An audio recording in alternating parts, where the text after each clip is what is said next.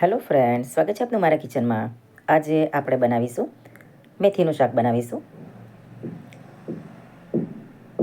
તો મેથીની ભાજીનું શાક બનાવવા માટે મેં અહીંયા અડધી વાટકી જેટલા વટાણા લીધેલા છે.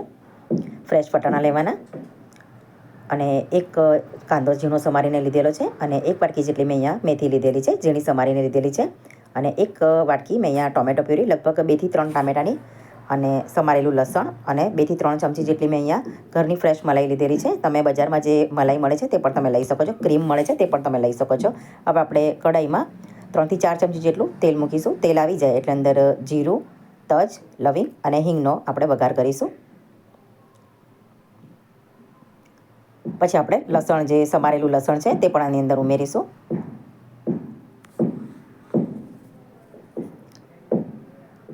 સમારેલું લસણ નંખાઈ જાય પછી આપણે જે ઝીણો સમારેલો કાંદો છે તે આપણે અંદર એક કાંદો લેવાનો છે.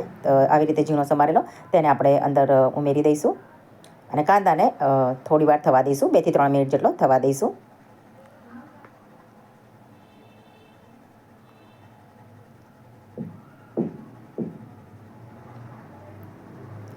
બે થી 3 મિનિટ થઈ જાય એટલે આપણે અંદર જે વટાણા લીધેલા છે તે પણ આની અંદર ઉમેરી દઈશું.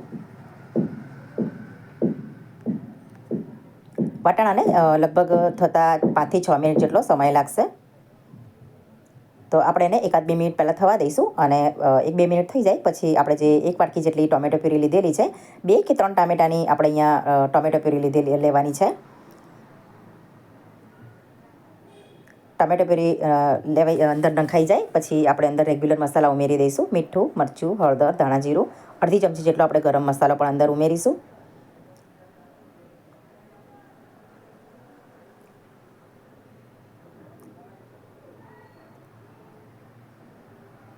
બધા મસાલા અંદર બરાબર ઉમેરાઈ જાય એટલે આપણે એને બરાબર મિક્સ કરી દઈશું.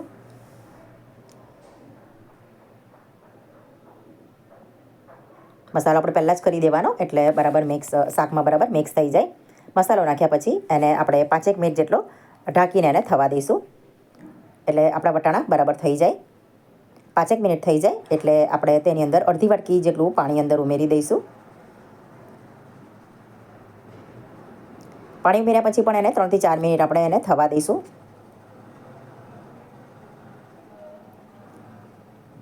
ત્રણ થી 4 મિનિટ થઈ જાય પછી આપણે જે એક વાટકી સમારેલી મેથી લીધેલી છે તે અંદર આપણે ઉમેરી દઈશું.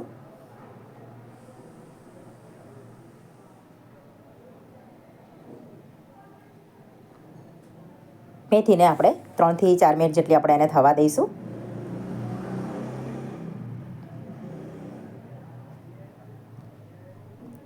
ત્રણ થી 4 મિનિટ થઈ જાય એટલે આપણે જે ફ્રેશ મલાઈ લીધેલી છે, ઘરની મલાઈ મેં અહીંયા 2 ચમચી લીધેલી છે. બજારમાં ક્રીમ પણ મળે છે તે પણ તમે લઈ શકો છો, તેનો ટેસ્ટ પણ એકદમ સરસ આવે છે. તો 2 ચમચી મલાઈ ઉમેર્યા પછી આવી રીતે મલાઈને પણ મિક્સ કરી દઈશું. મલાઈ નાખ્યા પછી તેને 4 થી 5 મિનિટ આપણે થવા દઈશું.